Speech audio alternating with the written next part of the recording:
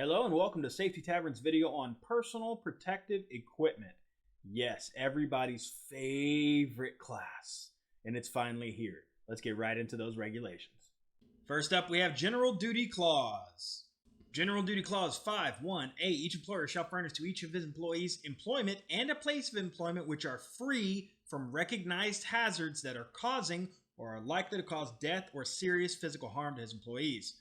B. Each employee shall comply with occupational safety and health standards and all rules, regulations, and orders issued pursuant to this act, which are applicable to his own actions and conduct. Why are we talking about this in PPE? Because simple. The government is telling you you have to follow the rules, and when you first signed an employment contract with your company, chances are it looked something like this. Supervisors, you have to provide your employees with a job that is free from recognized hazards that are going to hurt them bad. Next is OSHA's hierarchy of controls. Now, the way the hierarchy of controls work, and yes, this is OSHA and NIOSH. The way this works is you start at the top, you work your way down. You start with elimination, then substitution, then engineering controls, then admin controls, and then PPE. You start at the top and you work your way down because PPE is the least affected form of controlling a hazard. Let's go ahead and do us a little dry run here. We need to cut these blocks right here. So first we're going to use the hierarchy of controls and we're going to try to use elimination. Can we eliminate the hazard? Could we remove the asbestos? Could we pick up the extension cord? Could we remove the lead? These are all removing the hazards. I don't see how we could remove these bricks right here. We still got to cut them, which is still going to have dust coming out. Not only is it harmful for the guy, but it's also harmful for all the people sitting around. Next, let's look at design. Can we redesign the way that we're doing this process? Could we maybe, instead of cutting holes now, could we have put boxes in and forms in to where we didn't even have to cut these holes? Could we maybe have, during the design phase, done this? Could we have created a machine that lays the brick down all at once instead of having a bricklayer bent over? Or how about this? How about we order pallets of pre-cut, pre-measured bricks and have a machine that automatically stacks them exactly where they need to go, thus eliminating not only that hazard, but also another hazard, which would be the employee wear and tear on their body as they're stacking all this brick. So we do have a viable elimination control.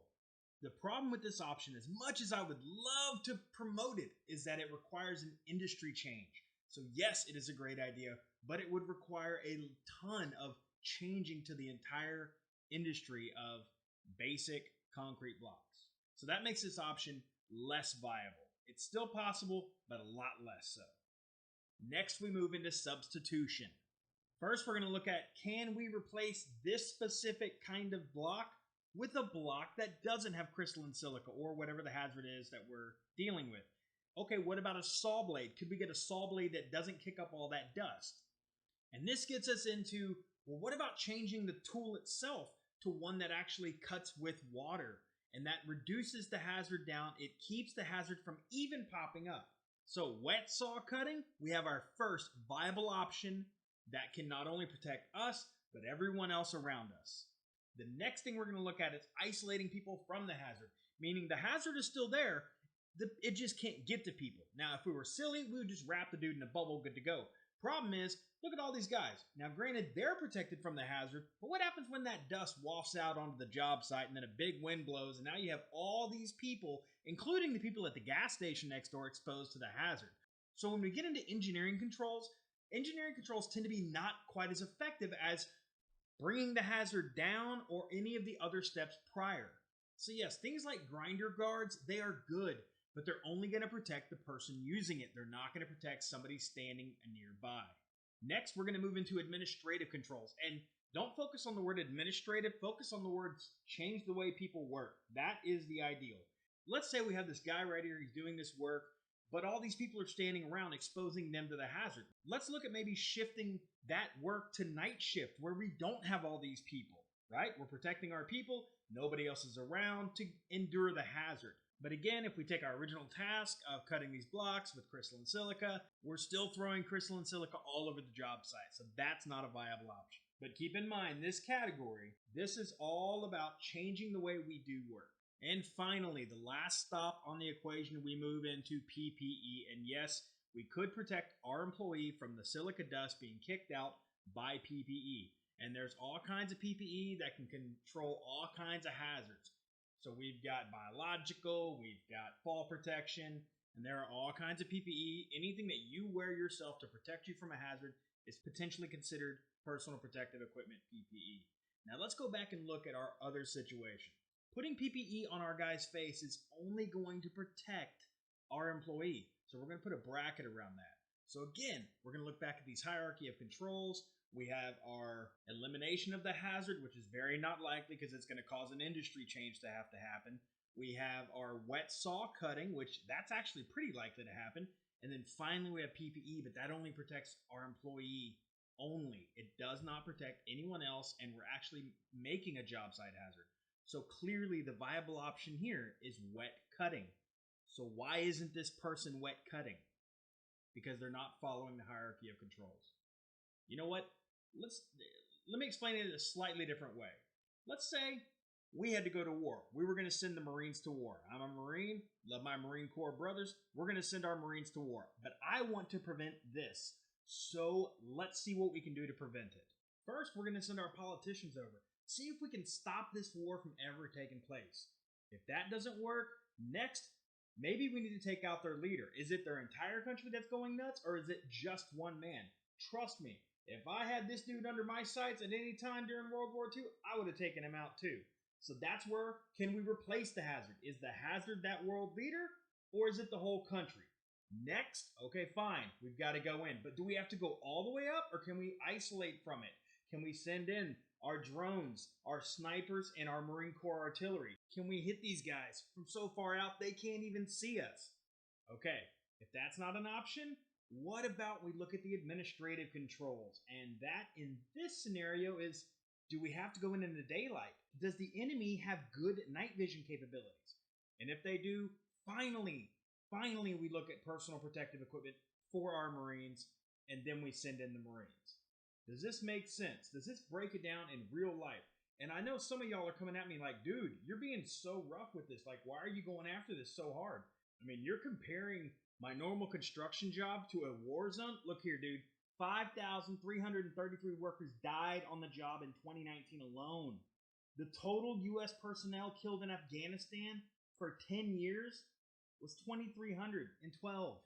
Or if you just want construction stats, 1,061 in 2019. So that's 1,000 a year versus 2,310 years. Your numbers don't make sense. You're in a war. You just don't seem to realize it. Use your hierarchy of controls. When you get the new guy in, stop playing games with them and train them how to use everything. Don't expect them to know what they're doing. Train them.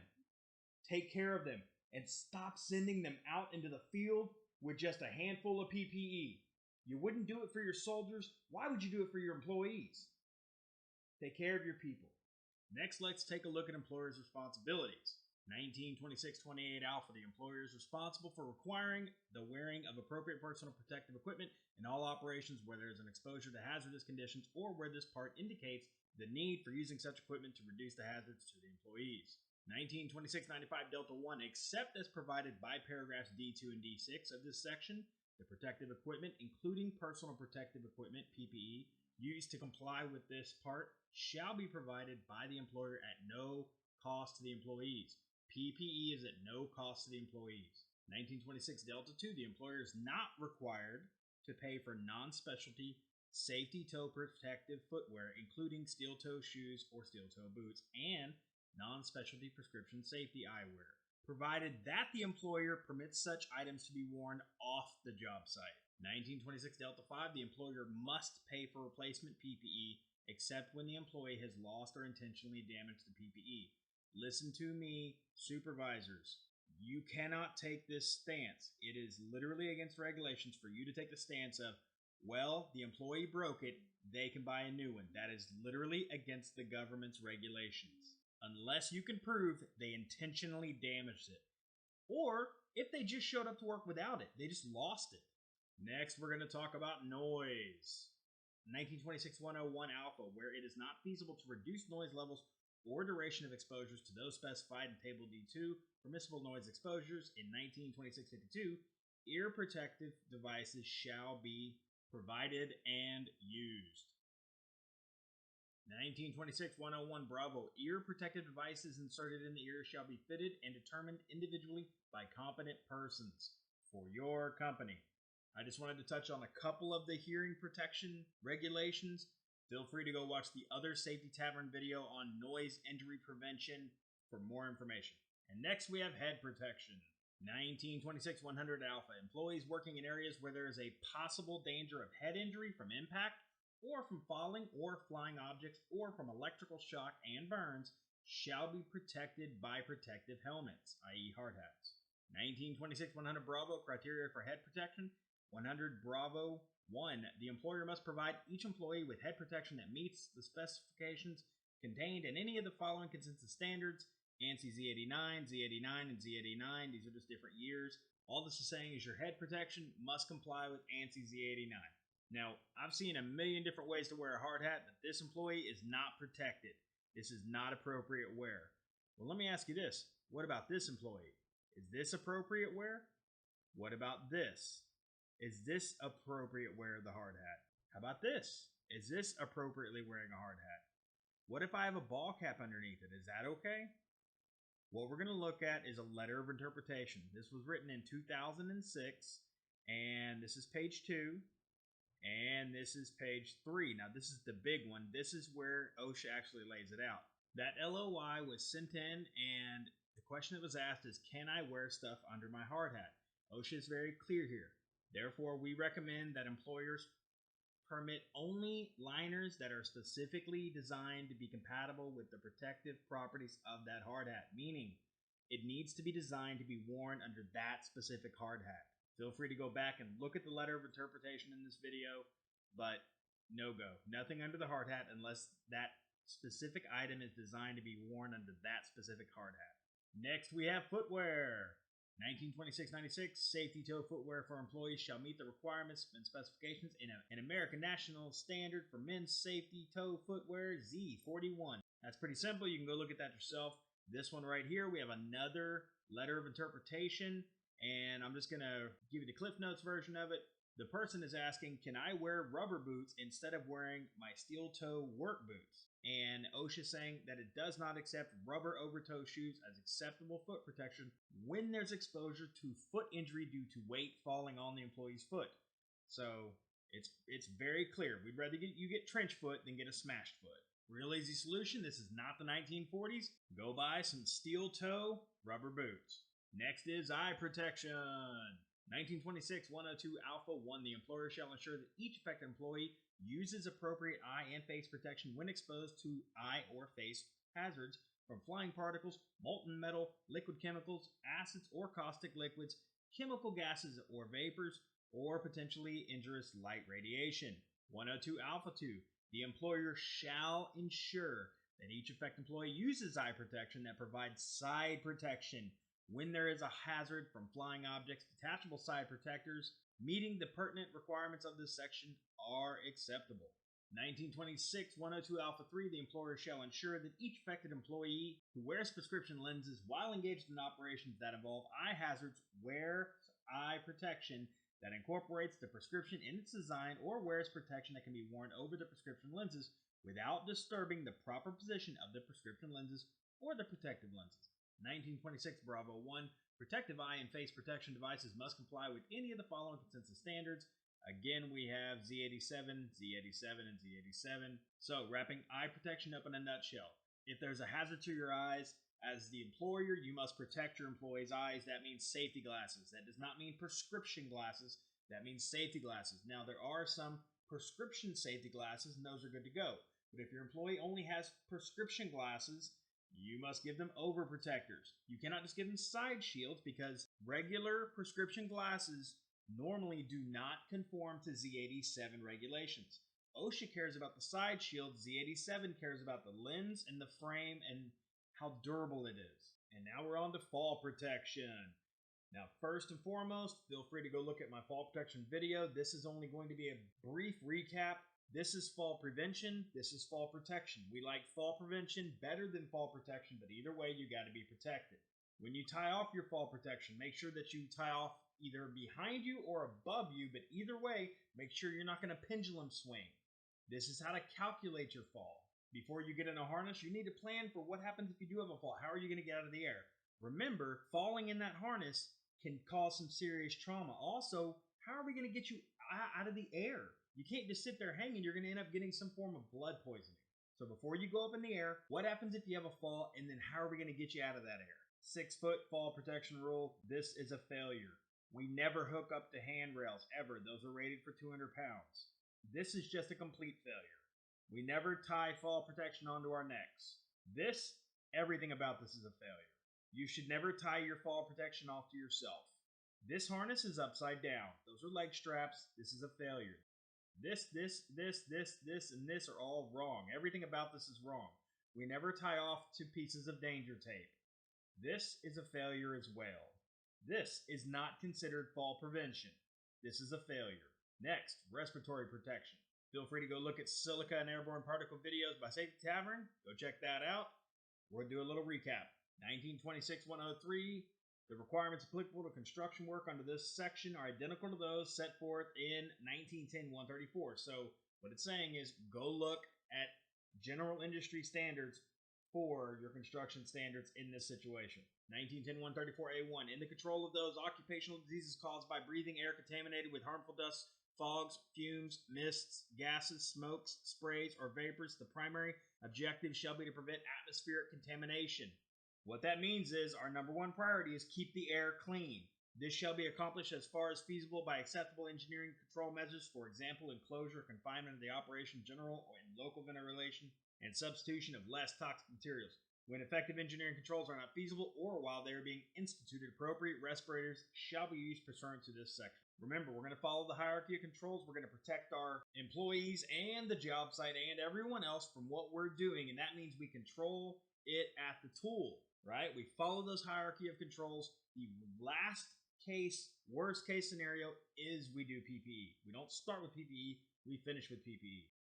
Next on the chopping block is employee clothing. 1926-95 Delta 4, the employer is not required to pay for everyday clothing such as long sleeves, long pants, street shoes, and normal work boots, or ordinary clothing, skin creams, or other items used solely for protection from the weather, such as winter coats, jackets, gloves, parkas, rubber boots, hats, raincoats, ordinary sunglasses, and sunscreen.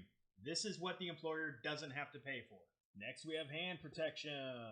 1910-138, general requirements, employers shall select and require employees to use appropriate hand protection when employees' hands are exposed to hazards such as those from skin, absorption of harmful substances, severe cuts or lacerations, severe abrasions, punctures, chemical burns, thermal burns, and harmful temperature extremes. 1910-138 Bravo selection. Employers shall base the selection of the appropriate hand protection on an evaluation of the performance characteristics of the hand protection relative to the task to be performed, conditions present, duration of use, and the hazards and potential hazards identified.